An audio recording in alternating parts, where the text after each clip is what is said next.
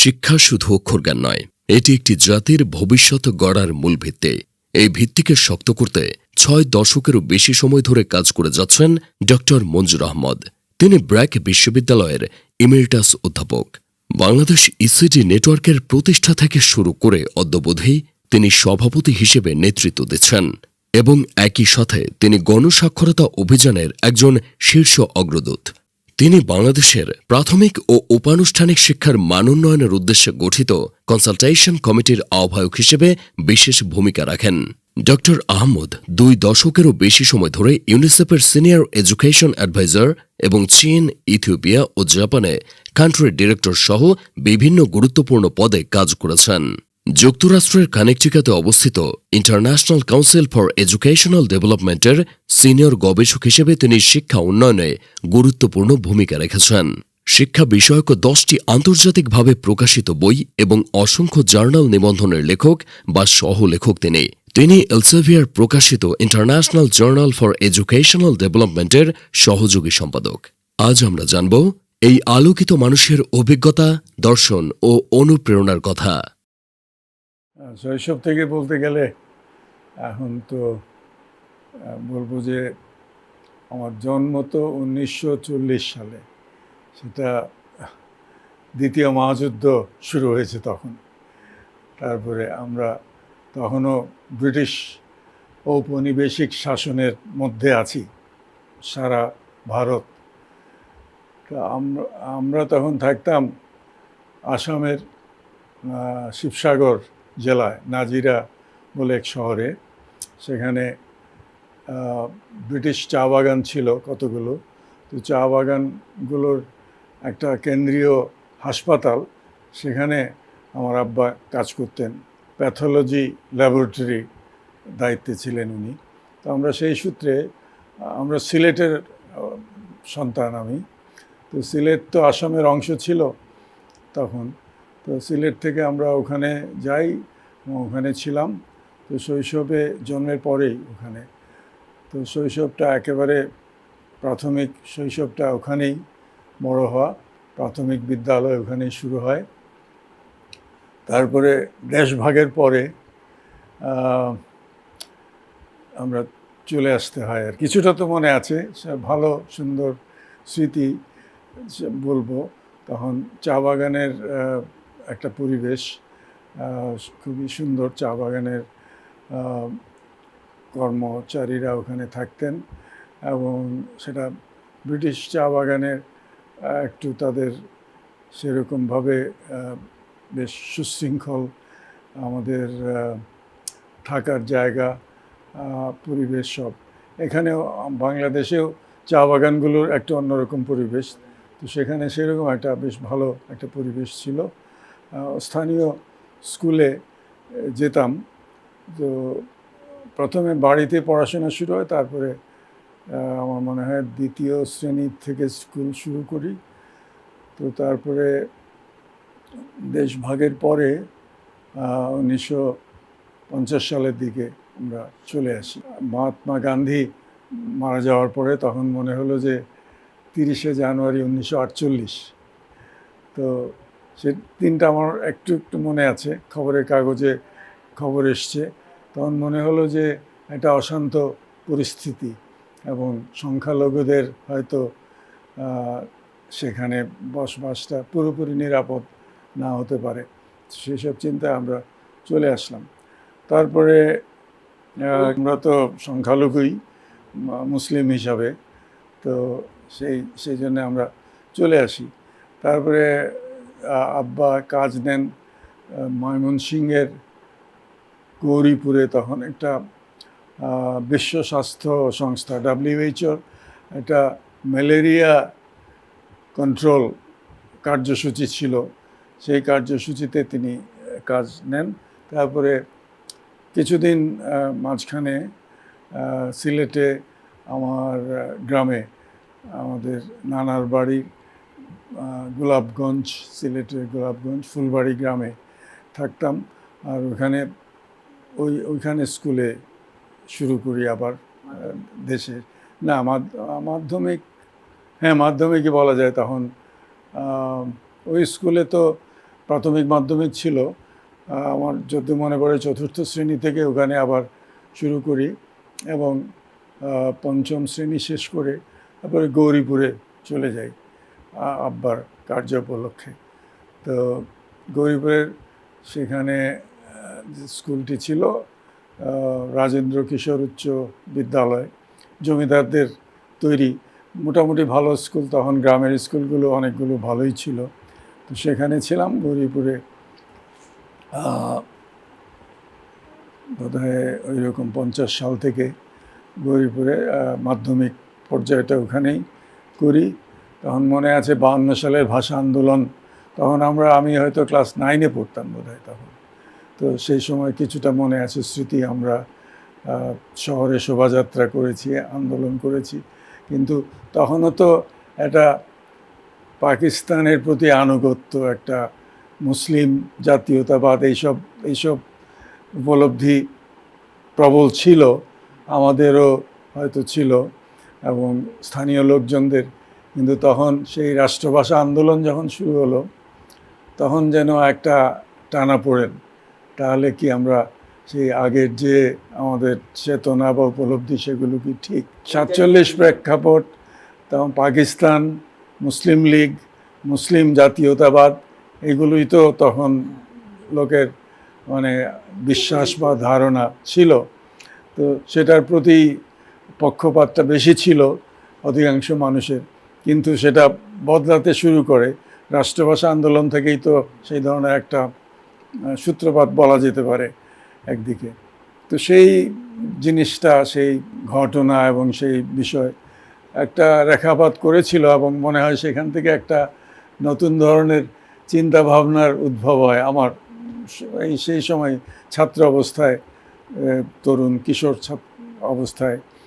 এবং সেই ধারাটা পরে চলে এসছে, মানে তারপরে 1954 সালের নির্বাচন, মুসলিম লীগের ধস হলো, নতুন ধরনের বাংলাদেশের, তখন বাংলাদেশ না পূর্ব পূর্ব পাকিস্তান তখনও বলা হতো না, পূর্ব বাংলা ছিল, পরে পূর্ব পাকিস্তান হয়। পূর্ব পাকিস্তানটা আমার যদিও মনে পড়ে তখন ওই সামরিক শাসন 1958 সালে হয় আইয়ুব খানের, তারপরে পূর্ব পাকিস্তান কথাটা প্রচলিত হয়। তার আগে পূর্ব বাংলা বলা হতো, ইস্ট বেঙ্গল।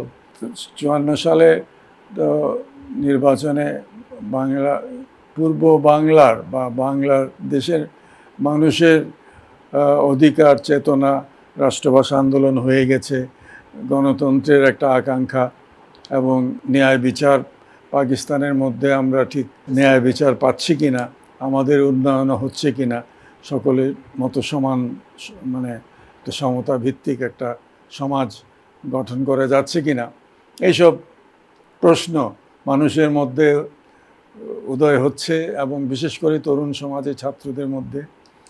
সেইভাবে একটা শৈশবের স্মৃতি এবং সেইভাবে বড় হওয়া, সুতরাং একটা রাজনৈতিক চেতনা তখন থেকে ছিল না। তখন তো ছাত্র, তো ওই স্কুলে, গ্রামের স্কুল, তো সেখানেও তখন অধিকাংশ শিক্ষক ছিলেন হিন্দু সমাজের, কিন্তু তারা ভালো শিক্ষক ছিলেন বলে আমি মানে এখন যা স্মৃতিতে আসে, ছিলেন তারা যত্নবান ছিলেন।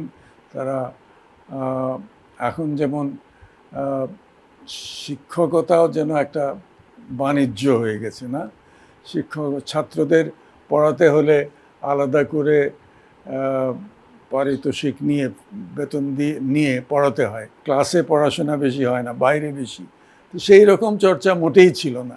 আমরা ম্যাট্রিক পরীক্ষার আগে মনে আছে, টেস্ট পরীক্ষার পরে 3 মাস সময় আমাদের প্রধান শিক্ষক, তিনি ইংরেজিতে খুব দক্ষ ছিলেন, আমাদেরকে ইংরেজি পড়াতেন 3 মাসে। কিছু ভালো ছাত্র যারা তাদের স্কুলের যারা পরীক্ষা দেবে, এবং আরেকজন অঙ্ক পড়াতেন কোনো রকম পারিশ্রমিক ছাড়া। আমরা স্কুলের ভালো ছাত্র, তখন প্রবেশিকা পরীক্ষা সারা বাংলাদেশের একটা বোর্ড, সেখানে স্কুল যাতে ভালো করে সেই জন্যে আমাদের 3-4 জনকে নিয়ে তারা বিশেষভাবে আলাদা করে পড়াতেন যাতে আমরা ভালো করতে পারি। সেরকম একটা পরিবেশ ছিল। আমার আত্মীয় স্বজন বন্ধু বান্ধব তারা তো মানে আমাদের শুভাকাঙ্ক্ষী যারা, তারা তো খুশি হয়েছেন। সেরকম কিছু না, আমি ভালো ফল করেছি। তারপরে তো আমি যেটা বলতে চাচ্ছি যে স্কুলের শিক্ষকরা সেরকম যত্নবান ছিলেন এবং তাদের একটা নিষ্ঠা ছিল আর কি, তাদের যে কাজটা, শিক্ষকতার যে একটা পেশা, সেটার প্রতি একটা বিশেষ নিষ্ঠা, সেটা তো অভাব আমরা দেখতে পাই এখন। তারপরে কলেজে চলে গেলাম সিলেটে, মুরারি চাঁদ কলেজে। তো সেখানে কলেজ জীবন, সেখানে কলেজের ছাত্র সংসদের সঙ্গে জড়িত হলাম। তখন প্রতিটা কলেজে ছাত্র সংসদ ছিল, স্টুডেন্ট ইউনিয়ন। সেখানে নির্বাচন হতো, তাদের নানান রকম সাংস্কৃতিক কার্যকলাপ, ছাত্রদের দাবি দাওয়া ইত্যাদি নিয়ে কথাবার্তা, নির্বাচন। এবং প্রিন্সিপাল যিনি অধ্যক্ষ, তিনি ছাত্র ইউনিয়নের সভাপতি। আর যেমন ডাকসুর মতো, এবং ছাত্রদের যিনি প্রধান, তিনি হতেন ভাইস প্রেসিডেন্ট, সহসভাপতি, সেই রকম। তো সেখানে আমি যুক্ত হলাম এবং আমরা প্রগতিশীল ছাত্রদল বলে একটা প্রতিষ্ঠান ছাত্রদের মধ্যে গড়ে তুলে আমরা ইলেকশনে জিতলাম। এবং আমরা তখন ছাত্র ইউনিয়নের সঙ্গে যুক্ত ছিলাম বেশি। তখনও মুসলিম লীগের কিছু প্রভাব ছিল, ইসলামিক ছাত্র সংঘও ছিল, কিন্তু ছাত্র ইউনিয়নটাই বেশি জনপ্রিয় ছিল আমাদের। এবং আমরা সেই ছাত্র সংসদে কাজকর্ম, সেটাও একটা ভালো স্মৃতি। অনেক সময় কর্তৃপক্ষের সঙ্গে কিছু বাদানুবাদ ইত্যাদি হতো। অধ্যক্ষ আমাদেরকে সবসময় যে আমাদেরকে সমর্থন করতেন তাও না, কিন্তু সেটা একটা ভালো সম্পর্কই ছিল, গণতান্ত্রিক একটা প্রক্রিয়া ছিল এবং ছাত্ররা এতে অংশগ্রহণ করত এবং একটা ভালো চর্চা ছিল। তো সেটা তো হারিয়ে গেছে এখন, আশ্চর্য। সেই পাকিস্তানের সময় সেটা ছিল, পরাধীন ছিলাম তখন এটা ছিল, স্বাধীন হওয়ার পর এটা চলে গেল। 1958 সালে আইয়ুব খানের মার্শাল ল হয়ে গেল। তো সেই সময়, তার আগে আমার একটা সুযোগ হয়, আমেরিকান ইউনিভার্সিটি অফ বেইরুত, একটা ভালো বিশ্ববিদ্যালয় তখনকার, সেই সময় এখনও আছে সেটা, তো বিখ্যাত। তো তার থেকে একটা বৃত্তির সুযোগ হয়, ইউএসএআইডির একটা বৃত্তি। তো সেই বৃত্তির জন্য আমি আবেদন করে বৃত্তিটা পেয়ে যাই। তো তখন আমি বেইরুতে চলে যাই, মার্শাল ল হওয়ার ঠিক আগে সেপ্টেম্বরে। আমি তখন 3rd ইয়ারে ছিলাম। তো তারপরে আমেরিকান ইউনিভার্সিটি বেইরুতের লেখাপড়ার ধরন অন্যরকম। তো সেখানে আমি এখানে যেমন আমাদের যেমন আছে কি বলে আর্টস, সায়েন্স, কমার্স, এরকম। তো সেখানে এরকম না, সব কিছু মিলে আমেরিকান আন্ডার গ্রাজুয়েট প্রোগ্রামে সব কিছু মিলে একটা কম্বিনেশন করা যায়। আমি ইংরেজি, ইকোনমিক্স আর এডুকেশন, শিক্ষা তত্ত্ব, এই 3টা বিষয়ে আমি কিছু বিষয় বেছে নিয়ে আমার ডিগ্রি করব বলে ঠিক করলাম এবং সেটা নিয়ে পড়াশোনা করে 1961 সনে দেশে ফিরে আসি, আন্ডার গ্রাজুয়েট শেষ করে। তারপরে ঢাকা ইউনিভার্সিটি, তখন institute of education and research নতুন প্রতিষ্ঠিত হয়েছে মার্কিন সাহায্যে, ইউএসএআইডি সাহায্যে। ঢাকা বিশ্ববিদ্যালয়ের মধ্যে ইনস্টিটিউট অফ এডুকেশন, এখন যেটা আইইআর, এটা প্রতিষ্ঠিত হয়েছে। তো আমি সেখানে শিক্ষা নিয়ে কিছু কাজ করেছি যখন আন্ডার গ্র্যাজুয়েটে, তো সেটা কিছুটা আকর্ষণ ছিল। তো সেইখানে তারা মাস্টার্স প্রোগ্রাম শুরু করেছেন। তো আমাকে বলা হলো মাস্টার্স প্রোগ্রামে আমি আসতে পারি এবং আমাকে একটা স্কলারশিপও দেওয়া হলো টিচিং অ্যাসিস্ট্যান্ট হিসাবে, যেহেতু আমার ওই আমেরিকান ইউনিভার্সিটির পড়াশোনার অভিজ্ঞতাটা ছিল। তো সেখানে এমএড করলাম। এমএডে আমি আইআরের বোধহয় 2য় ব্যাচ, মানে প্রথম দিকে, সেটা 1961 সালে ফিরে আসি। 62 সালে, 1 বছরের প্রোগ্রাম, 62 সালে এমএড করলাম। এমএড করে ওখানে আমার অধ্যাপনার কাজ, লেকচারার হিসাবে আমি যোগ দিলাম। তারপরে 64 সালে ওখান থেকে আমেরিকায় যাই ডক্টরেট প্রোগ্রামের জন্য ইউনিভার্সিটি অফ নর্দার্ন কলোরাডো। 66 সালে ফিরে আসি, আবার আইআরে যোগ দিই। 66 সাল, তখনও তো রাজনৈতিক উত্তাপ বাড়ছে দেশে। ইতিমধ্যে 62 সালের শিক্ষা আন্দোলন, 66 সালেও এসব আন্দোলন চলছে। তো তখন আইয়ুব খানের পতন হয়েছে, তখন নতুন ইয়াহিয়া খান এসছেন। তো তারা একটা শিক্ষা কমিশন বানালেন।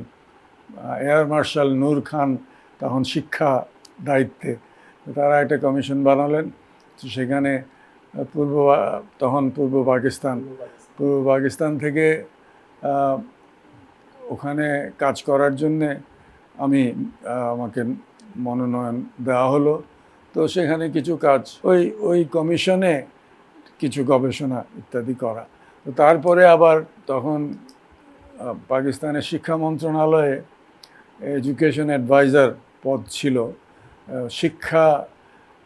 শিক্ষা প্রফেশনে যারা, শিক্ষা পেশায়, শিক্ষায় যাদের বিশেষ শিক্ষা প্রশিক্ষণ বা অভিজ্ঞতা আছে, তাদেরকে উপদেষ্টা হিসাবে, অ্যাডভাইজার হিসাবে নেওয়া হতো। আর তো প্রশাসনের লোকরা প্রশাসনের সেক্রেটারি, ডেপুটি সেক্রেটারি ইত্যাদি। এবং কিন্তু এডুকেশন অ্যাডভাইজারকে ওই রকম একটা মর্যাদা পদবি দিয়ে আমি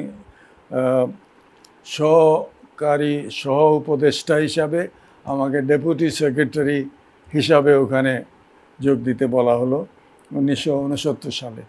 ওই সালে আমি তো ঢাকা ইউনিভার্সিটি থেকে গেলাম ওখানে। তো গিয়ে পরিবেশটা তো তখন ভালো নয়। সুতরাং শিক্ষা দীক্ষা নিয়ে কাজ করার পাকিস্তানের কেন্দ্রীয় শিক্ষা মন্ত্রণালয়ে বাংলাদেশে, পূর্ব পাকিস্তানে কি করবে না করবে সেটা নিয়ে খুব বেশি চিন্তা ভাবনা, নতুন কাজ করার সেরকম সুযোগ ছিল না। তবু পথটা ছিল একটা, তাদের চেষ্টা ছিল একটা। সেটা দেখলাম যে সেখানে খুব একটা মানে কাজের সুযোগ বা ভালো কিছু করার সুযোগ ইত্যাদি বেশি নাই। তখন একটা সুযোগ হলো ফোর্ড ফাউন্ডেশনের সহায়তায় প্রিন্সটন ইউনিভার্সিটিতে পোস্ট ডক্টরাল স্টাডি ফেলো হিসাবে যাওয়ার সুযোগ হলো। তো সেই 70-এর প্রথম দিকে সেখানে গেলাম, 70-এর জানুয়ারি মাসে। তারপরে আমাদের যুদ্ধ, 71-এর স্বাধীনতা যুদ্ধ যখন শুরু হলো, তখন আমি সেখানে ছিলাম না। আক্ষেপ তো ছিলই নিশ্চয়ই, কিন্তু সেই সঙ্গে আমার নিজেরও তো একটা প্রস্তুতির ব্যাপার। আমি শিক্ষায় অবদান রাখতে হলে তো আমার নিজেকে প্রস্তুত হতে হবে। কারণ উচ্চশিক্ষার সুযোগ প্রিন্সটন ইউনিভার্সিটির মতো জায়গায় সেটা একটা ভালো সুযোগ বলে মনে হলো। তো সেখানে গেলাম। তারপরে যুদ্ধের সময় অধিকাংশ সময় সেখানেই ছিলাম। তারপরে তখন আমরা নিউ ইয়র্কে জাতিসংঘের সামনে বা আমেরিকায় যেসব আমাদের বাংলাদেশের স্বাধীনতা নিয়ে আন্দোলন ইত্যাদি হয়েছে সেসবে যোগ দেওয়ার চেষ্টা করেছি। আর ওখানে তখন প্রিন্সটন ইউনিভার্সিটি থেকে তারপরে international council for educational development বলে একটি প্রতিষ্ঠান, সেখানে উন্নতিশীল দেশের শিক্ষা দীক্ষা এইসব নিয়ে তারা গবেষণা কাজ করে। তো সেইখানে প্রিন্সটন ইউনিভার্সিটি থেকে কাজ করার সুযোগ হলো। তো মনে হলো যে 1-2 বছর ওখানে কাজ করে তারপরে হয়তো একটা অভিজ্ঞতা সঞ্চয় করে দেশে ফিরব। তো সেখানে কাজ শুরু হলো। তো দেশে তখন প্ল্যানিং কমিশনে শিক্ষা নিয়ে কাজ করার একটা কথা হলো। তখন প্ল্যানিং কমিশনের প্রধান ছিলেন ইকোনমিস্ট ডক্টর নুরুল ইসলাম। তিনি তখন তো যুদ্ধের সময় ইয়েল ইউনিভার্সিটিতে ছিলেন, আমিও ছিলাম কানেটিকাটে ওই সময়টা, ওই যে ইন্টারন্যাশনাল কাউন্সিলে। তখন তার সঙ্গে যোগাযোগ হয়, কথাবার্তা হয়। তো তিনি এখানে প্ল্যানিং কমিশনের দায়িত্ব নেওয়ার পরে শিক্ষা উপখাত, যেটা শিক্ষা সেকশনে কাজ করার জন্যে বললেন। তো পরে দেখা গেল যে তারা বিশ্বব্যাংক থেকে তাদের কাউকে ওখানে দিতে চায়। তো নুরুল ইসলাম আমাকে ওই কাজে আসার জন্য বললেন। পরে দেখলাম বিশ্বব্যাংক যখন অন্য কাউকে দিতে চাইলো তখন তিনারা সরে গেলেন। আমার মনে হলো যে এইখানেও কেমন জানি কাজের ঠিক সুযোগ পরিবেশ কি আছে। তবুও দেখা মানে ভাবলাম যে দেখা যাক কী হয়। তো ওখানে আমি গবেষণার কাজ, যেটা ICED, international council for educational development, খুব একটা মানে ইন্টারেস্টিং কাজ আমরা শুরু করেছিলাম। উপানুষ্ঠানিক শিক্ষা যেটার কথা বলা হয়, নন ফর্মাল এডুকেশন, সেই ধারণাটা তখনও প্রচলিত হয়নি। তখন আনুষ্ঠানিক শিক্ষা যেটা প্রাথমিক, মাধ্যমিক, উচ্চশিক্ষা ধাপে ধাপে যাওয়া, সেটা বলতে, শিক্ষা বলতে সেটাই বোঝানো হতো।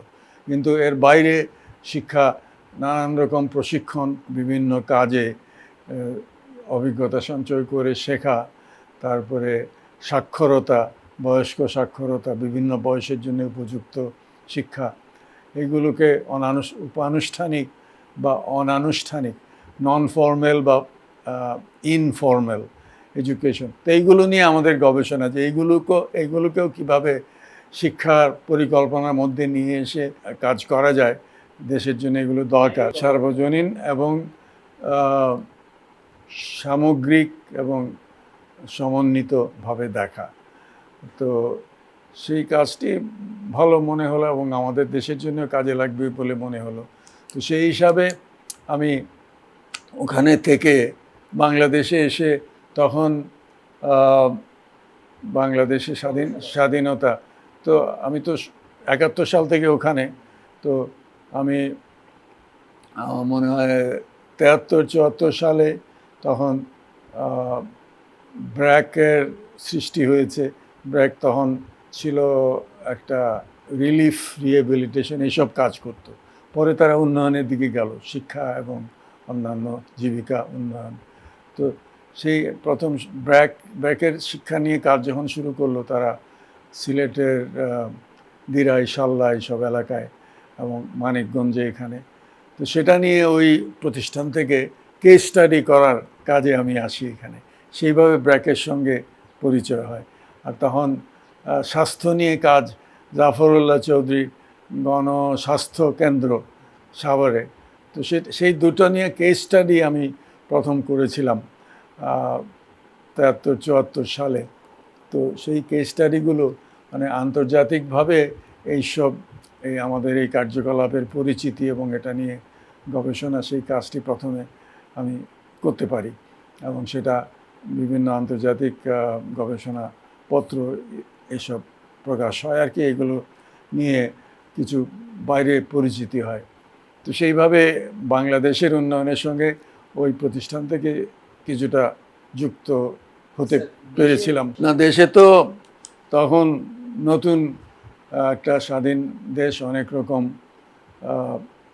দুর্যোগ, বিপত্তি, তার মধ্যে চেষ্টা উন্নয়নের, সেগুলো তো যেমন হওয়ার কথা সেরকম নানান রকম সমস্যা, বাধা অতিক্রম করে এগোনো, সেই চেষ্টাটা চলছিল দেশে। এবং সেখানে দেখলাম যে সরকারের যা চেষ্টা, সেটা মানুষ কতটা উপকৃত হচ্ছে সেটা একটা প্রশ্ন।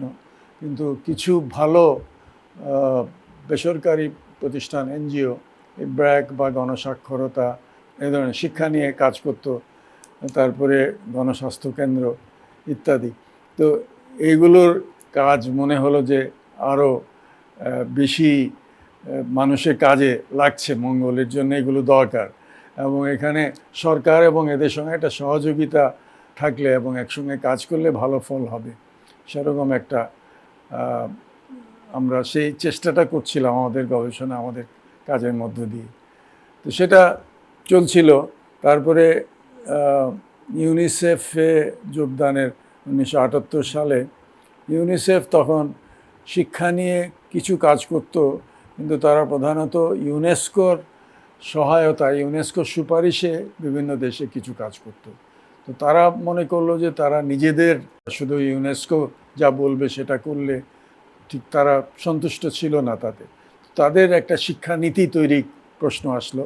সেই নীতির গবেষণায় আমার প্রতিষ্ঠান থেকে, আমি যেখানে কাজ করছিলাম, আমার প্রতিষ্ঠানের প্রধান ছিলেন ফিলিপ কুমস নামে একজন বিখ্যাত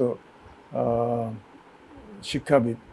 তো তিনি এবং আমি ওই ইউনিসেফের শিক্ষানীতি তৈরির কাজে যুক্ত হলাম এবং ইউনিসেফকে আমরা একটা শিক্ষানীতি তৈরি করে তাদের বোর্ডে এটা আমরা দিলাম 1974-75 সালে, এবং সেইভাবে তারা ইউনিসেফও শিক্ষায় আরও বেশি যুক্ত হলো। তো তারপরে আমি 1978 সালে ইউনিসেফে যোগদানের আমন্ত্রণ পেলাম, যেহেতু তাদের সঙ্গে কাজ করেছি একজন পরামর্শক হিসাবে। তো সেইভাবে ইউনিসেফে যোগ দিই। আমি তখন ইউনিসেফে যোগ দিই এবং ইউনিসেফে আমাকে ইথিওপিয়াতে ইউনিসেফ কার্যসূচির প্রধান হিসাবে, মানে দেশের প্রতিনিধি হিসাবে আমাকে পাঠানো হয়, প্রথম কাজ। সেটা বেশ বড় একটা দায়িত্ব। তো যেহেতু তাদের সঙ্গে তাদের নীতি ইত্যাদি তৈরিতে আমি কাজ করেছি, সুতরাং তাদের একটা হয়তো আস্থা ছিল যে আমাকে সেই দায়িত্ব দেওয়া যায়।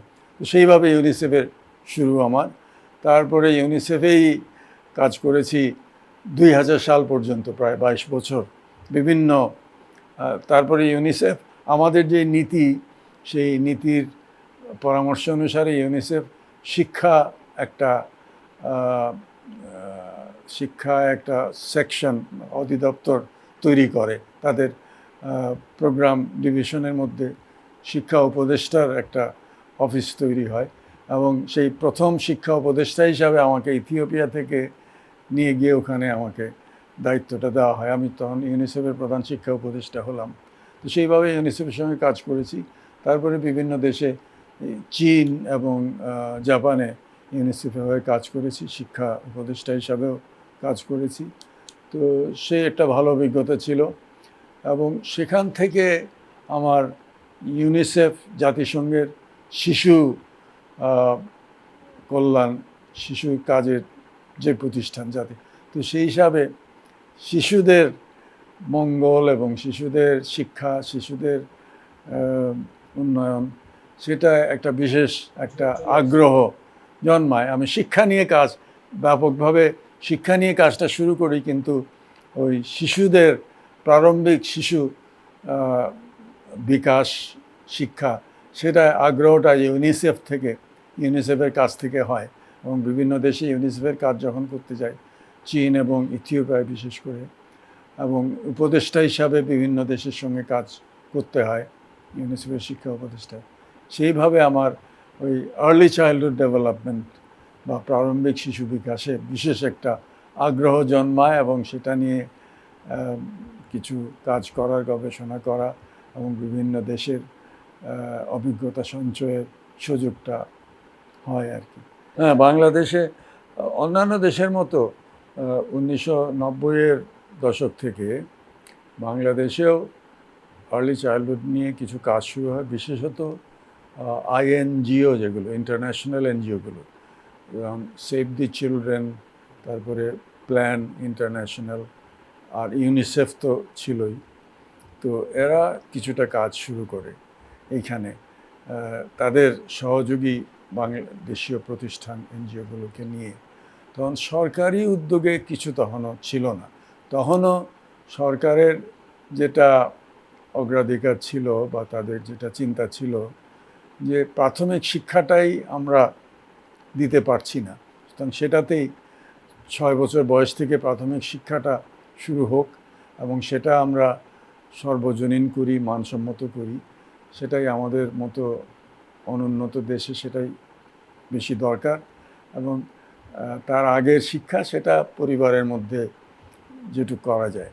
কিন্তু এই ধারণাটা, আর্লি চাইল্ডহুড ডেভেলপমেন্টের ধারণা, ওই যে আমরা নন ফর্মাল এডুকেশনের ধারণা কাজ করতে গিয়ে দেখা গেল যে ওই আনুষ্ঠানিক শিক্ষা বাইরেও, মানে প্রস্তুতি বা এর সঙ্গে পরিপূরক হিসাবে নানান রকম পরিবারের মধ্যে বা স্থানীয় কমিউনিটিতে বা স্বাস্থ্য, পুষ্টি বা শিশুর সামাজিক আবেগিক বিকাশ, এইসবে একটা কাজ দরকার।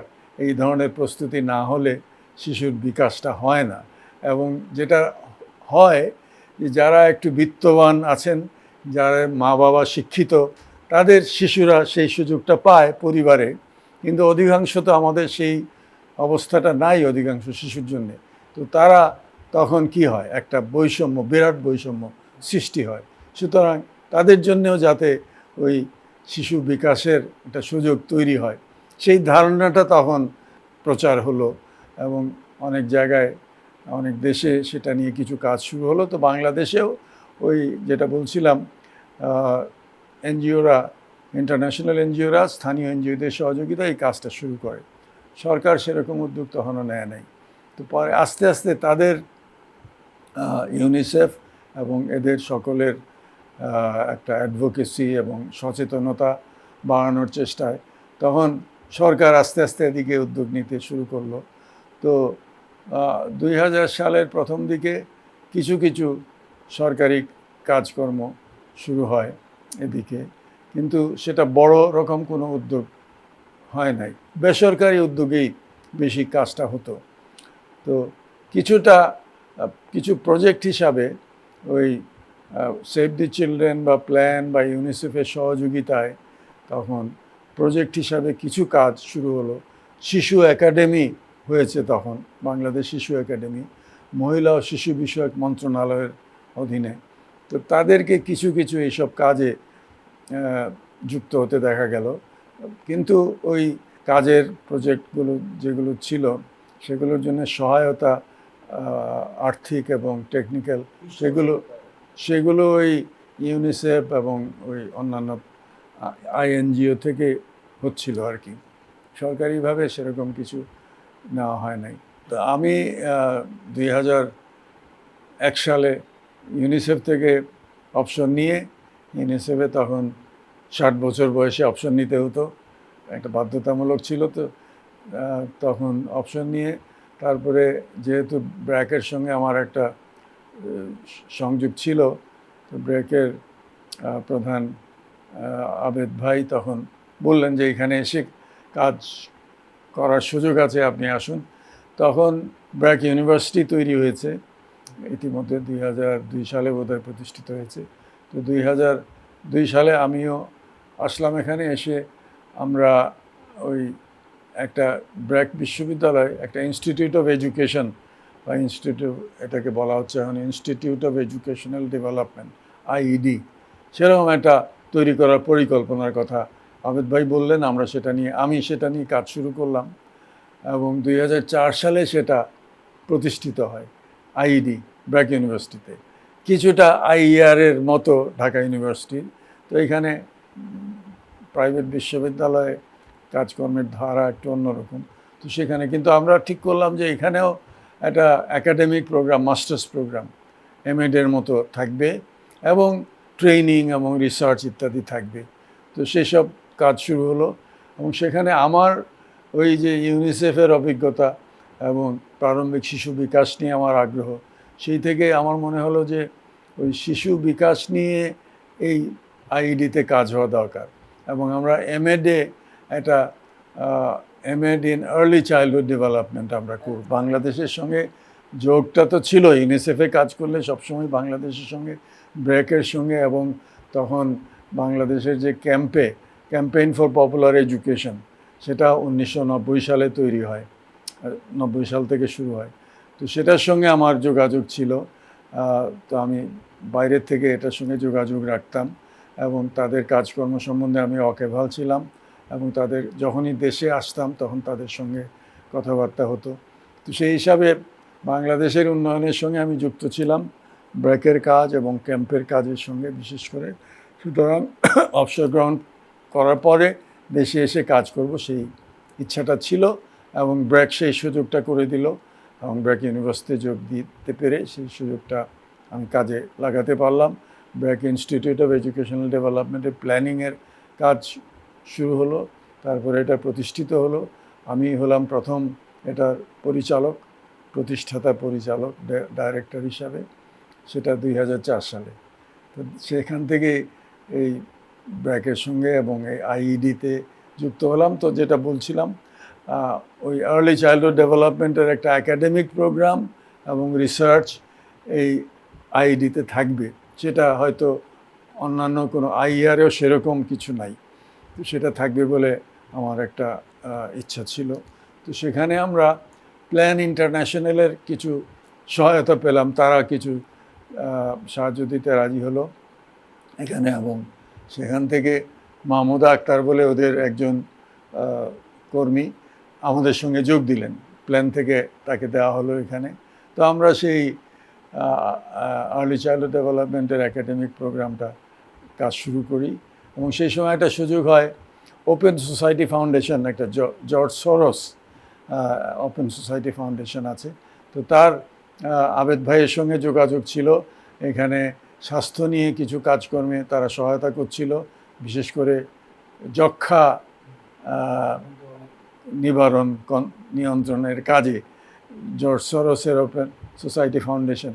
তো জর্জ সরোস একবার এখানে আসলেন, তো তার সঙ্গে আমার কথা হলো একটু, আমরা বললাম যে আমরা এরকম কাজ করছি, আমাদের একটু সহায়তা দরকার, আমরা ইন্টারন্যাশনাল কিছু সাপোর্ট চাই। তিনি রাজি হলেন। তিনি বলছিলেন যে দক্ষিণ আফ্রিকায় তারা কিছু কাজ করছেন, কিন্তু সেটা নিয়ে পুরোপুরি সন্তুষ্ট না। তিনি বললেন যে ব্র্যাকের সঙ্গে এই কাজটা করলে হয়তো ভালো হবে। তো সেই হিসাবে জর্জ সরোসের ওপেন ফাউন্ডেশনের সহায়তায় আমরা আন্তর্জাতিক কিছু টেকনিক্যাল সাপোর্ট নিয়ে আমরা ওই এমএড প্রোগ্রামটা শুরু করলাম। আমাদের এখান থেকে একটা দলকে লন্ডনে নিয়ে গিয়ে ওখানে তাদের সঙ্গে আলাপ আলোচনা করে, এবং তাদের তখন কলাম্বিয়া ইউনিভার্সিটি থেকে একজন পরামর্শক আমাদের সঙ্গে যোগ দিলেন ওই ওপেন সোসাইটি ফাউন্ডেশনের সহায়তায়। তো তাদের সঙ্গে মিলে আমরা এই প্রোগ্রামটা শুরু করলাম, সেটা এখনও চলছে, এবং আমরা একটা early childhood development resource centre, শুধু একাডেমিক প্রোগ্রাম না, কিছু গবেষণার কাজ, কিছু টেকনিক্যাল সাপোর্ট, এইসব রিসোর্স সেন্টারও একটা তৈরি করি ব্র্যাক আইইডিতে। তো রিসোর্স সেন্টারটা এখন আর নাই, সেখানে একাডেমিক প্রোগ্রামটা আছে। তো আমি পরে 2014 সাল থেকে আমি আর ওখানকার অন্য পরিচালক আসলেন, আমি ওটাতে অ্যাডভাইজার হিসাবে যুক্ত থাকলাম, এবং পরে এমেরিটাস অধ্যাপক হিসাবে এখনও যুক্ত আছি। কিন্তু প্রোগ্রামটা চলছে এখানে, এবং আর্লি চাইল্ডহুড নিয়ে আইডি কাজ করছে, ভালো কাজ করছে। তো আমরা সেই আইডিতে আমাদের কাজ, এবং ইউনিসেফ, অন্যান্য প্রতিষ্ঠান, তারা মিলে তখন দেশে সরকারিভাবে কিছু কাজ হোক, সেই চেষ্টাটা, তারা সেই অ্যাডভোকেসি কাজ শুরু হলো। এবং 2013 সালে একটা যেটাকে বলা হয় সমন্বিত প্রারম্ভিক শিশু বিকাশ নীতি, comprehensive early childhood development policy একটা গৃহীত হলো সরকারের। আমাদের চেষ্টায়, আমাদের লবিং, অ্যাডভোকেসি, এইসব আমরা কাজ করেছি, সেটার কি হবে সেই নীতিতে, সেগুলো নিয়ে কাজকর্ম করে তারপর একটা নীতি গৃহীত হলো, সরকার গ্রহণ করলো সেটা। তখন শিরিন শারমিন চৌধুরী ছিলেন মহিলা শিশু বিষয়ক মন্ত্রণালয়ের স্টেট মিনিস্টার। তো তিনি, তার সহযোগিতা আমরা পেয়েছি। তো তার সহায়তায় আমরা পার্লামেন্টে এটা আলাপ আলোচনা হলো, সরকার এটা গ্রহণ করলো, এবং সেই নীতিটা একটা সামগ্রিক প্রারম্ভিক শিশু বিকাশ নীতি। এবং সেখানে বলা হলো যে এই ধরনের কাজ সরকার, বেসরকারি কাজ তো আছে, সরকারও করবে, তো এবং সমস্ত সরকারের বিভিন্ন দপ্তর, যেগুলোর একটা ভূমিকা থাকতে পারে শিশু বিকাশে, শিক্ষা, স্বাস্থ্য, সমাজ কল্যাণ, এমনকি হোম মিনিস্ট্রি, সকলেরই সেখানে একটা ভূমিকা থাকা দরকার, স্থানীয় সরকার ইত্যাদি। তো সেই নীতিতে এইসব কথাবার্তা আছে। নীতি অনুসারে কাজ করে আমরা প্রারম্ভিক শিশু বিকাশের বিস্তার বাংলাদেশে ঘটবে, সেটাই ছিল আশা।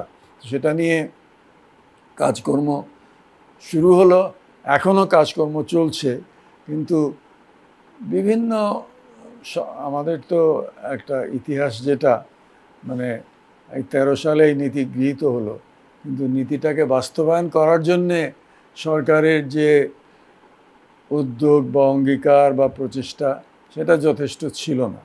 আমরা সব ক্ষেত্রেই তো দেখি, আমরা একটা সরকারের হয়তো একটা লক্ষ্য থাকে, বা তাদের একটা কথা মধ্যে রেটরিক, কথা থাকে অনেক কিছু করার, অনেক কিছু তারা বলেন, কিন্তু কাজের বেলা সব কিছু হয় না।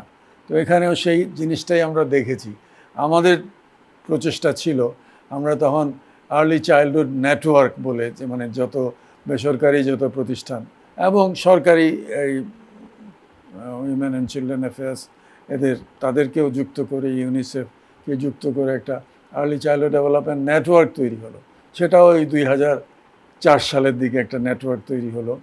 সেই নেটওয়ার্কেই এইসব কাজ, মানে এটা নিয়ে অ্যাডভোকেসি করা, এটা নিয়ে কথাবার্তা বলা, সচেতনতা তৈরি করা, কনফারেন্স করা, সেমিনার করা, এই কাজগুলো আমরা করছি। এবং সেটার সভাপতি করা হলো 2004 সালে, এবং আমি এখনও সে সভাপতি পদে আছি।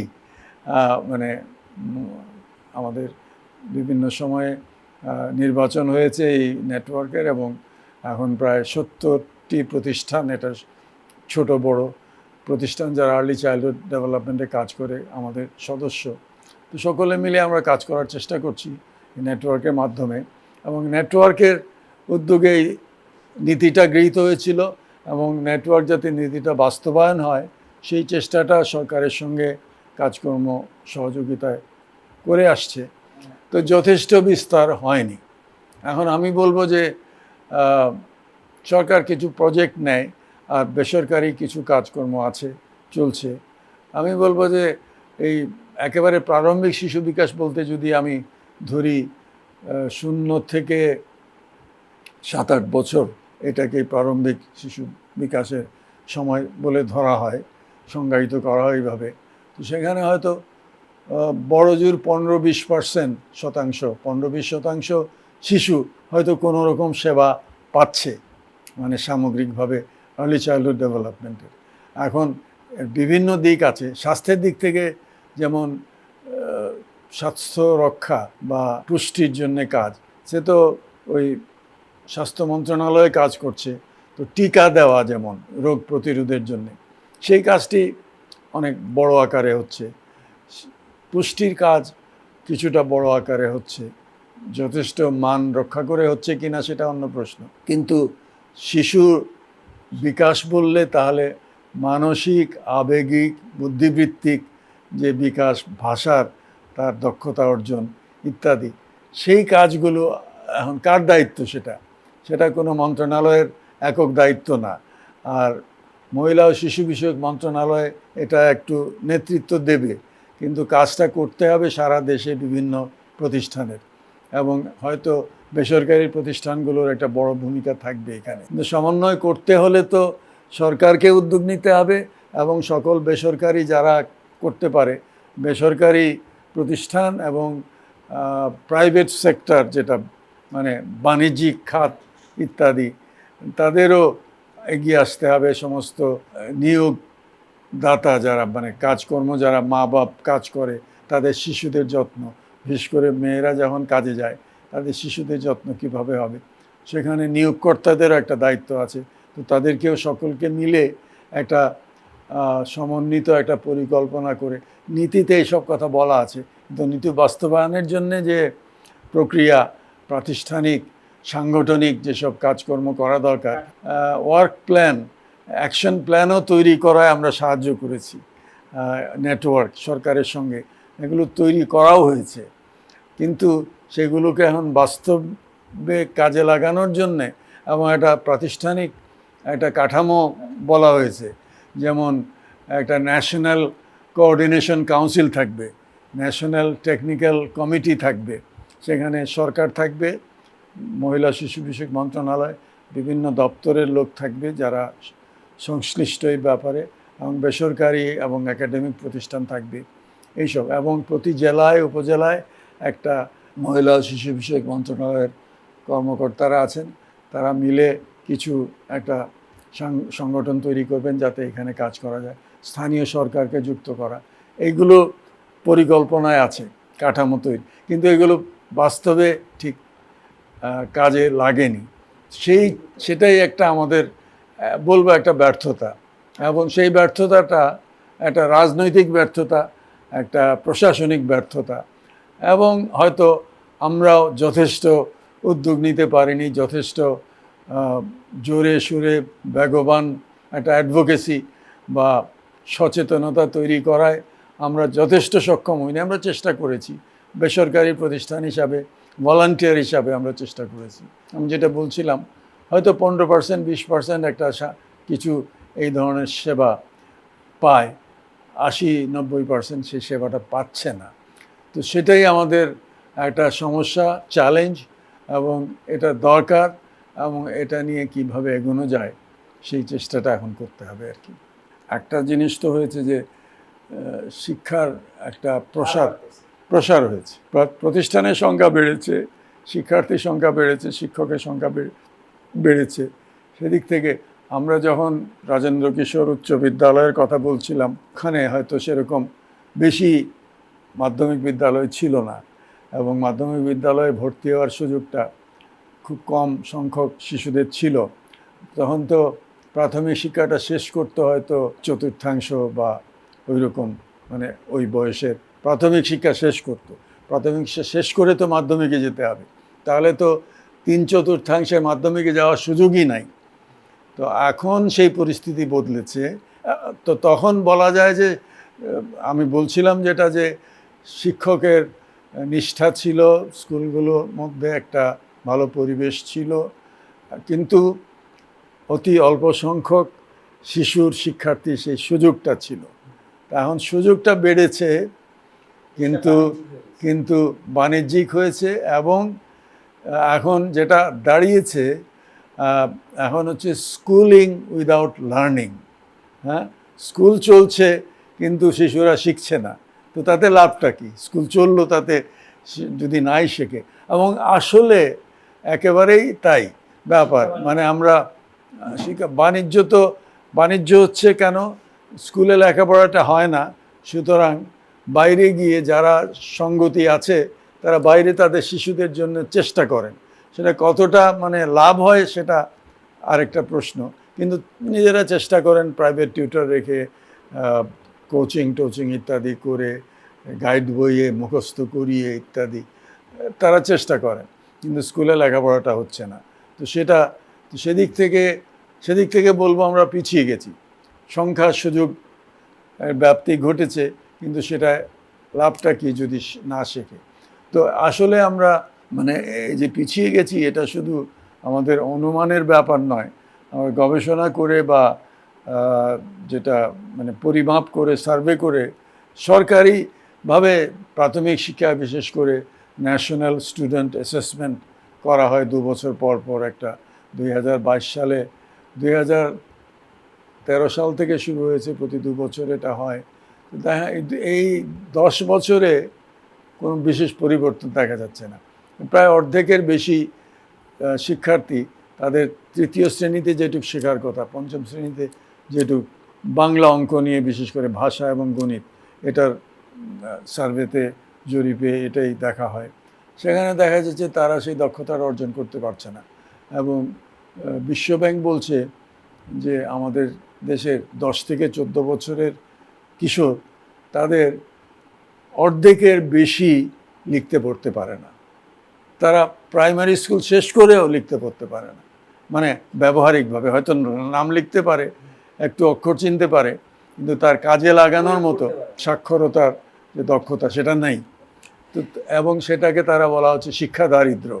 আমাদের সামগ্রিক দারিদ্র্যের একটা অংশ, বিরাট অংশ শিক্ষা দারিদ্র্য। এবং এই শিক্ষা দারিদ্র্য দূর না হলে আমাদের ভবিষ্যতের দারিদ্র্য মোচন বা উন্নয়নের যে চেষ্টা, সেটাও সফল হবে না। কিছু লোক হয়তো সুযোগ পাবে। আমাদের জিএনপি, জিডিপি, গড় আয় বাড়ছে, কিছু লোক সুযোগ পাচ্ছে, অধিকাংশ এর বাইরে থেকে যাচ্ছে। তো সেটাই শিক্ষার এই অবস্থা। এবং স্বাধীনতার পর প্রায় 54 বছর হয়ে গেল, 55 বছর, 54 বছরেও আমরা মানে বড় পরিবর্তন, প্রসার, কিন্তু শিক্ষার সুযোগের যেই প্রকৃতভাবে মান রক্ষা করে এবং সমতাভিত্তিক সুযোগটা তৈরি হয়নি। তো সেদিক থেকে আমরা যথেষ্ট অগ্রসর হতে পারিনি। এবং কোনো রাজনৈতিক সরকার বা স্বৈর শাসক যারা ছিলেন, মিলিটারি শাসক, তারাও এটা নিয়ে যথেষ্ট একটা উদ্যোগ বা চেষ্টা করেননি। এবং এখনও আমরা এই পর্যায়ে আছি। এবং একটা আশা ছিল যে এই অন্তর্বর্তী সরকার 24-এর একটা গণ অভ্যুত্থানের পর যে সরকার আসলো, তারা এখানে একটু নতুন কিছু পথ দেখাবে। সেটাতেও আমি অন্তত হতাশ, সেটা হয়নি। শিক্ষা কমিশন তৈরি হয়নি, অনেক কমিশন হয়েছে, শিক্ষা নিয়ে কমিশনটা তৈরি হয়নি। প্রাথমিক শিক্ষা নিয়ে একটা পরামর্শক কমিটি করা হলো, সেখানে আমাকে দায়িত্ব দেওয়া হয়েছিল এটার আহ্বায়ক হিসাবে। আমরা বলেছি প্রথম কথা যে শুধু প্রাথমিক নিয়ে করলে হবে না, শিক্ষাকে সামগ্রিকভাবে দেখতে হবে। যাই হোক, তো প্রাথমিকের নিয়ে কাজ করতে বলা হয়েছে, আমরা চেষ্টা করব। তো প্রাথমিক নিয়ে আমরা একটা প্রতিবেদন তৈরি করে 200 পৃষ্ঠার একটা প্রতিবেদন সরকারকে দিলাম ফেব্রুয়ারি মাসে। এই পর্যন্ত এটা নিয়ে বিশেষ কোনো কাজ দেখছি না। খণ্ডিতভাবে তারা কিছু কিছু সিদ্ধান্ত নিচ্ছেন, সেটা কোনো সময় আমাদের সুপারিশের সঙ্গে মিল আছে, কোনো সময় মিল নাই। কিন্তু সব কিছু যে মিল থাকতে হবে সেটা বলছি না, কিন্তু যেটা আমরা আশা করেছিলাম, এটা সামগ্রিক আমাদের সুপারিশ নিয়ে একটা সামগ্রিক একটা পর্যালোচনা করে কিভাবে এটাকে বাস্তবায়নে আনা যায়, সেটার একটা চেষ্টা উদ্যোগ দেখব আমরা সরকারের তরফ থেকে। এবং বিশেষ করে এটা যখন প্রাথমিকের ব্যাপার, প্রাথমিক ও গণশিক্ষা মন্ত্রণালয় থেকে, সেটা আমরা দেখছি না। সুতরাং একই ধারায় যে রাজনৈতিক সরকারের সময় বা আগে যেভাবে অনেক কমিশন হয়েছে, 2010 সালে শিক্ষানীতি হয়েছে, কিন্তু শিক্ষানীতি বাস্তবায়নের জন্য কাজ হয় নাই, খণ্ডিতভাবে বিচ্ছিন্নভাবে কিছু সিদ্ধান্ত নেওয়া হয়, তাহলে আরও হিতে বিপরীত হয়।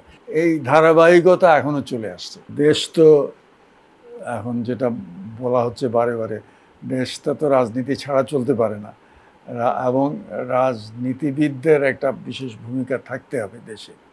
কিন্তু সেই ভূমিকার মধ্যে কিছু নৈতিকতার প্রয়োজন, যেখানে তারা হয়তো শিক্ষার মতো একটা বা স্বাস্থ্যের মতো জনসাধারণের বাঁচা মরার প্রশ্ন, সেবা যেটা দরকার উন্নয়নের জন্যে, সেটাকে দলীয় রাজনীতি বা সংকীর্ণ স্বার্থের বাইরে রাখতে হবে। রাজনীতিবিদদের এই নৈতিকতা প্রয়োজন। সেটা হলে তারপরে এটাকে তাদের যারা আছেন শিক্ষার, যারা নিয়োজিত শিক্ষাবিদ বা শিক্ষা নিয়ে যারা ভাবেন, বা অন্যান্য দেশের অভিজ্ঞতা, অন্য দেশের এক্সপার্টদের নিয়ে এদেরকে কাজ করতে দেওয়া উচিত। তারপরে তারা যেটা বলবেন, সুপারিশ করবেন, সেগুলো বিচার বিবেচনা করে যাতে সেটা বাস্তবায়ন করা যায়, রাজনৈতিক হস্তক্ষেপ ছাড়া সেটা যাতে করা যায়, সেই রাজনীতিবিদদের সেই পরিবেশ তৈরি করতে হবে। সেটা যদি না করেন, শুধু শিক্ষাবিদরা নিজেরা তো আর শিক্ষা বাস্তবায়ন, সেটা তো সরকারকে সিদ্ধান্ত নিতে হবে, সরকারকে কাজটা করতে হবে। সরকারের যে এই কাজটা করার জন্যে যে একটা নিরপেক্ষতা এবং একটা পরিবেশ তৈরি করে কাজ করতে দেওয়ার সুযোগটা, সেটা রাজনীতিবিদদের সেই অঙ্গীকারটা থাকতে হবে। তো সেটা আমরা আগেও দেখিনি, এখনও দেখছি না। এবং ভবিষ্যতে যে রাজনীতিবিদরা আসবেন, তারা যে সেই অঙ্গীকারটা তাদের থাকবে, সেটা প্রত্যাশা কতটা করা যায় আমি জানি না, সেটা নিয়ে আমার প্রশ্ন আছে। এখন কি একটা মানসিক বিবর্তন হবে কি না। এবং আরেকটা জিনিস, নতুন যে রাজনৈতিক কিছু ছাত্রদের, তরুণদের যে রাজনৈতিক দল হচ্ছে, তারাও শিক্ষা নিয়ে কিছু তেমন একটা চিন্তাভাবনা করছে বলে মনে হয় না। তারাও ওই গতানুগতিক ধারায় পড়ে যাচ্ছে বলে মনে হচ্ছে। যে শিক্ষার যে সমস্যা, শিক্ষা থেকে আমি কি দক্ষতা অর্জন করলাম, আমার জীবন জীবিকার জন্য শিক্ষা থেকে আমি কি পাবো, আমি কোটা আন্দোলন, যেটা আমার চাকরি বাকরি দরকার, তো সেটার থেকে সূত্রপাতটা সেখানে হয়েছিল। তারপরে এটা আরও ব্যাপকতা পেল, কারণ অন্য অনেক রকম অভিযোগ, ক্ষোভ, সেগুলো এসে মিলল এর সঙ্গে। কিন্তু পরে আমরা শিক্ষার ব্যাপারটা হারিয়ে ফেললাম, এবং এটা নিয়ে সেরকম চিন্তাভাবনা দেখছি না। সংস্কার যত কথা বলা হচ্ছে, এটা রাজনৈতিক সংস্কারের কথা, নিশ্চয়ই রাজনৈতিক সংস্কার দরকার আছে, কিন্তু শিক্ষা নিয়ে কিছু কাজ আমরা করতে পারতাম। যোগ্য লোকদের নিয়ে একটা শিক্ষা কমিশন হতে পারত, এবং তারা এখনই সব সমাধান হয়ে যাবে তা নয়, কিন্তু একটা কাজের সূত্রপাত হতো। এবং সেটা যদি হতো তাহলে হয়তো রাজনৈতিক যারা আসবেন, শাসনকর্তা হবেন, তারা হয়তো এটাকে একটু বিবেচনায় নিতে কিছুটা হয়তো তাদের উপর চাপ থাকতো। সেই কাজটি হয়নি, সেটা দুঃখজনক বলতে হবে। তো আমি আর্লি চাইল্ডহুড নিয়ে আমরা বিশেষভাবে বলছিলাম এবং এটা নিয়ে আমার বিশেষ একটা মানে আগ্রহ এবং উদ্বেগও আছে। এখন আমরা এই যে নীতি হয়েছে, নীতি বাস্তবায়ন হয় নাই, কিন্তু সেই নীতি ধরে আমাদের এগুলো দরকার। তো আমরা আর্লি চাইল্ডহুড ডেভেলপমেন্ট নিয়ে যারা কাজকর্ম করেন, 2025 সালে যেটা এই বছরই আমরা মে মাসের 26-27 তারিখে একটা জাতীয় সম্মেলন করেছিলাম। সেখানে মহিলা শিশু বিষয়ক মন্ত্রণালয়ের উপদেষ্টা ছিলেন, কর্মকর্তারা ছিলেন, আমাদের বিভিন্ন প্রতিষ্ঠান যারা আমাদের সদস্য তারা ছিলেন, একাডেমিক লোকজন ছিলেন। তো তারা একটা নীতি পর্যালোচনা, নীতি বাস্তবায়ন, নীতি নিয়ে কাজকর্মের পর্যালোচনা করে আমরা তো মোটামুটি বলতে গেলে আমরা মোটেই সন্তুষ্ট না, কিন্তু এখন কিভাবে এগোবো। তো সেখানে আমরা বলেছি যে অন্তত একটা নতুন আশার সঞ্চার হয়েছিল 24শে অভ্যুত্থানের পরে, কিন্তু সেই আশা নিয়ে আমরা এগোতে পারিনি। মহিলা শিশু বিষয়ক মন্ত্রণালয়ের উপদেষ্টা আসলেন, আমাদের কথা শুনে বললেন এগুলো জরুরি, এগুলো নিয়ে কাজ করা দরকার, এগুলো আমাদের মাথায় থাকবে, কিন্তু কতটা আছে সেটা বলতে পারছি না। এবং এখনও আমরা সেই নীতি নিয়ে কাজ করার জন্যে কর্মকর্তা আছেন, যারা সচিব আছেন, শিশু একাডেমির মহাপরিচালক ইত্যাদি লোকজন আছেন, তাদেরকে আমরা পুরোপুরি এটাতে কি বলে এঙ্গেজ করতে পারছি না। তারা মনোযোগ দেওয়া দরকার, যে অঙ্গীকার নিয়ে আসা দরকার, সেটা আমরা দেখছি না। আমলারা কর্মকর্তারা তাদের মতো চলেন, তারা এখানে ওই ধরনের একটা, আমরা যেটুক ভলান্টিয়ার হিসাবে এটা নিয়ে আমরা কাজকর্ম করতে চাই বা যেটুক আগ্রহ নিয়ে আসি, সেটা সব জায়গায় দেখা যায় না। কিন্তু তারা যদি আমাদের সঙ্গে থাকেন এবং সহযোগিতা করেন তাহলে আমরা এগোতে পারি, তো সেটাও যথেষ্ট দেখা যায় না। তাই আমরা একটা কার্যক্রমের একটা আহ্বান, কি করা দরকার, সেই কথাগুলো আমরা তুলে ধরতে চেষ্টা করেছি। তো সেখানে আমরা কতগুলো জিনিস, 7টা জিনিস আমরা বলেছি। এখানে আমি সংক্ষেপে বলি এখন, যে এটা নিয়ে যদি আমরা এগোতে পারি তাহলে হয়তো কিছু হবে। প্রথম হলো যে মহিলা শিশু বিষয়ক মন্ত্রণালয়, যেটা সরকারে শিশু নিয়ে কাজ করার ফোকাল পয়েন্ট, দায়িত্ব, তো সেখানে মহিলা বিষয়ক অধিদপ্তর আছে, শিশুদের জন্যে কোনো অধিদপ্তরই নাই। শিশু একাডেমি, সেটা তো কিছু সাংস্কৃতিক কাজকর্ম ইত্যাদি এইসব কাজই তারা করে, এবং তাকে ওই অধিদপ্তরের একটা দায়িত্ব ওখানে তারা নিতে পারবে না, সেই তাদের সাংগঠনিক দক্ষতা কাঠামো নাই। এটা অন্তত একটা শিশু অধিদপ্তর তৈরি করি। অন্যান্য দেশে, আমাদের প্রতিবেশী দেশগুলোতে সেটা আছে, শিশু অধিদপ্তর আছে, বা চাইল্ড কাউন্সিল, ওইরকম কিছু ব্যাপার, শ্রীলঙ্কা বা পাকিস্তান বা ভারত, এসব সেরকম একটা অধিদপ্তর থাকলে ওদের কাজ হবে এই যে নীতি নিয়ে কীভাবে এগোনো যায় সেই কাজটি করা। দ্বিতীয় হলো প্রারম্ভিক শিশু বিকাশ বলতে কিন্তু গর্ভাবস্থা থেকে প্রথম 1000 দিন, ফার্স্ট 1000 days অফ লাইফ মনে করা হয় অত্যন্ত গুরুত্বপূর্ণ একটা সময়। কারণ ওই সময়টায় শিশুর যে মস্তিষ্কের বিকাশ, সেটা একটা খুব দ্রুত একটা বিকাশ ঘটে। মস্তিষ্কের আকারটা প্রায় 80% ওই সময়টায় হয়ে যায়। একটা বয়স্ক মানুষের মস্তিষ্কের 80% ওই 3 বছরের মধ্যে হয়। এবং এটার মধ্যে যেটা বলা হয় তো নিউরন ডেভেলপমেন্ট, সেই জন্যে তার পুষ্টির দরকার, তার স্বাস্থ্যের দরকার, এবং তার সঙ্গে একটা বড়দের একটা আদান প্রদান, একটা মানে স্টিমুলেশন যেটা বলা হয়, সেটা দরকার বুদ্ধিবৃত্তিক, আবেগিক, সামাজিক বিকাশের জন্য। তো এটা একটা।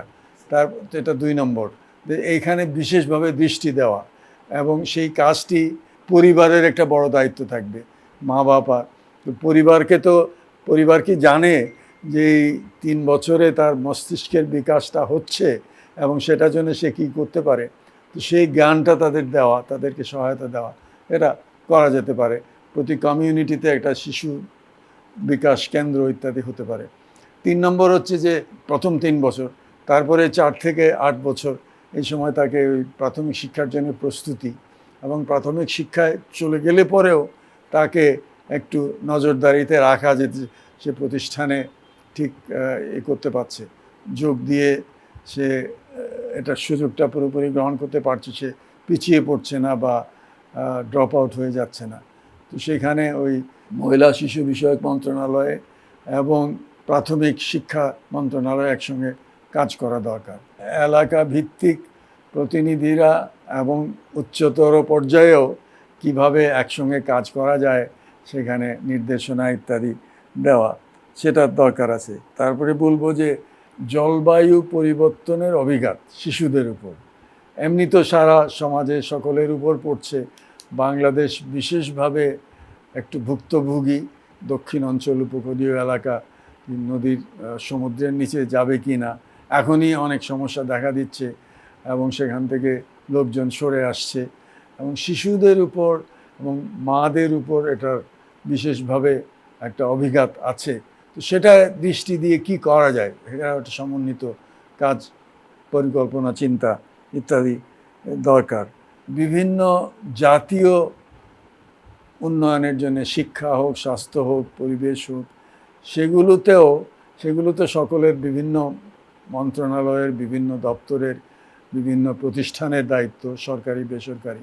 তো সেইখানে এই ছোট শিশুদের যে সমস্যা, ঢাকা শহরে শিশুদের খেলার জায়গা নাই, বাড়িঘর হচ্ছে, বিল্ডিং হচ্ছে, রাজুকের পরিকল্পনায় শিশুদের জন্য খেলার জায়গা রাখতে হবে, কিছু খোলা জায়গা রাখতে হবে, সেই নীতিটা পুরোপুরি নাই, এবং নীতি কিছু যদি থাকে সেটাও কোনোভাবে কার্যকর না।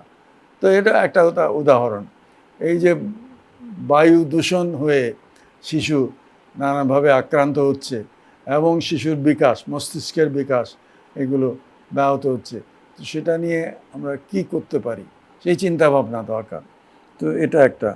তারপরে সেটাই বলছি যে জাতীয় বিভিন্ন রকম কার্যকলাপে, যেটা হয় এখন স্বাস্থ্য হোক, পরিবেশের ব্যাপার হোক, যেটা বলে আরবানাইজেশন বা নগরায়ন যেটা হচ্ছে, এই সব কিছুতে শিশুদের ব্যাপারটা মাথায় কীভাবে রাখা যায় সেটা চিন্তা করতে হবে। তারপরে সবচেয়ে বড় কথা যেটা, যে আমাদের নীতি আছে, নীতি বাস্তবায়নের একটা প্রক্রিয়াও বলা হয়েছে, কিছু সাংগঠনিক কাঠামোর কথাও বলা হয়েছে, কিন্তু এগুলোকে তো বেগবান করতে হবে, এগুলোকে মানে জীবিত করতে হবে, এগুলো মরে আছে এখন, মানে কোনো কাজ করছে না। তো সেটা বিশেষভাবে দৃষ্টি দেওয়া। তো এইগুলো আমাদের এই কল টু অ্যাকশন, কার্যক্রমের আহ্বান এখানে বলা হচ্ছে। তো সেইগুলো নিয়ে আমরা কাজ করব, সেই কথাগুলো আমাদের বলে যেতে হবে, আমরা সেই চেষ্টাটা করছি এবং ভবিষ্যতে সেই চেষ্টা করতে থাকবো। এটাই আমাদের ওই ব্যান বা প্রারম্ভিক শিশু বিকাশ নেটওয়ার্ক, সেটা এই কাজ। কিন্তু সরকারকে এবং রাজনৈতিকভাবে একটা অঙ্গীকার দরকার, এবং এখন নতুন নির্বাচন হবে, রাজনীতিবিদরা আসবেন, তাদের ইশতেহার ইত্যাদি দিবেন, সেখানে হয়তো শিশুদের কথা বলতেও পারেন, কেউ নাও বলতে পারেন, কিন্তু আসল কথা হলো যে কি বললেন সেটা বড় কথা নয়, কি করবেন সেটা আসল কথা। আমি যেটা বলবো, আমরা তো এই নতুন প্রজন্ম একটা নতুন রাজনৈতিক সংস্কৃতি তৈরি করবে, সেটা আমাদের আশা। আমরা তো পুরনো রাজনীতিবিদদের দেখেছি, এবং তারা হয়তো ক্ষমতায় অংশ নেবেন নিশ্চয়ই, কিন্তু এবং আশা করব যে তাদেরও মানসিকতার এবং চিন্তাধারায় পরিবর্তন ঘটবে। সেটা কতটা ঘটবে জানি না, আমরা সেই আশাটা রাখবো। কিন্তু নতুন যারা আসছেন, নতুন প্রজন্মের তরুণদের একটা রাজনৈতিক কর্মসূচি যদি হয়, রাজনৈতিক একটা প্ল্যাটফর্ম হয়, তো তারা একটু অন্যরকম হবেন, সেই 50 বছর ধরে যা চলে আসছে তার থেকে ভিন্ন হবে। তো সেই চেষ্টাটা সেটা আমি যথেষ্ট লক্ষণ এখনও দেখছি না। সেটার দরকার রাজনৈতিক সংস্কৃতির পরিবর্তন, এবং এই যে শিক্ষা, স্বাস্থ্য, লোকের মঙ্গল এবং সমতা এবং ন্যায় প্রতিষ্ঠা সমাজে, সেটা কিভাবে হবে, এবং সেটা শুধু সমাজে করতে হলে নিজেদের সেই অঙ্গীকার থাকতে হবে, নিজেদের দলের মধ্যে করতে হবে, দলের মধ্যে ন্যায় প্রতিষ্ঠা করতে হবে, দলের মধ্যে গণতন্ত্র করতে হবে, যেটা হয়তো রাজনৈতিক দলগুলোতে যথেষ্ট নাই। সেটা করতে হবে। তো সেটা করতে হবে, সেটা নিয়ে কি করতে পারেন, সেই চেতনা নিয়ে, সেই চিন্তা নিয়ে যদি তারা এগোন, তাহলে তাদেরও উদ্দেশ্য সফল হবে, দেশেরও মঙ্গল হবে। এবং শিক্ষা নিয়ে কাজ করছি, শিক্ষায় পরিবর্তন যতটা দেখা দরকার সেটা দেখছি না। এই প্রারম্ভিক শিশু বিকাশ নিয়ে কাজ করছি, যতটা হওয়া দরকার সেটা হচ্ছে না। সামাজিক রাজনৈতিক সংস্কৃতির একটা পরিবর্তন আসবে, এবং শিক্ষার মাধ্যমে নতুন প্রজন্ম নতুনভাবে তাদের নতুন মানসিকতা গড়ে উঠবে, তাহলে পরিবর্তনটা আসবে। সেখানে আমি যথেষ্ট নিরাশা বা আশাভঙ্গ বা আমাদেরও ব্যর্থতা বলবো, কিন্তু সেই সঙ্গে যে প্রচেষ্টাটা চালিয়েছি সেটা নিয়ে আমার নিজে অন্তত চেষ্টা করেছি, সেটা নিয়ে আমার একটা হয়তো বলতে পারি একটা সন্তুষ্টি আছে যে আমি চেষ্টা করেছি। কিন্তু সেই সঙ্গে একটা ব্যর্থতার নিয়েও একটা মানে নিশ্চয়ই আক্ষেপ তো আছে। স্ট্রাগল তো জীবনে, স্ট্রাগল তো সবসময় থাকে, সবসময় স্ট্রাগল তো করতেই হবে। এটা জীবন মানে কোনো না কোনোভাবে স্ট্রাগল। তবে আমি বলবো যে সবসময় আমার মনে হয় যে নানান জনের কাছ থেকে সহায়তা পেয়েছি, উপদেশ পরামর্শ পেয়েছি, এবং তাদের একটা কী বলবে সহমর্মিতা পেয়েছি বড়দের কাছ থেকে, আমার সহকর্মীদের কাছ থেকে। তো সেটা একটা বড় পাওয়া। তো স্ট্রাগল সবসময় ছিল, স্ট্রাগলটাকে ম্যানেজ করার, স্ট্রাগল নিয়ে চলার পাথেয় হিসাবে এইগুলো কাজ করেছে।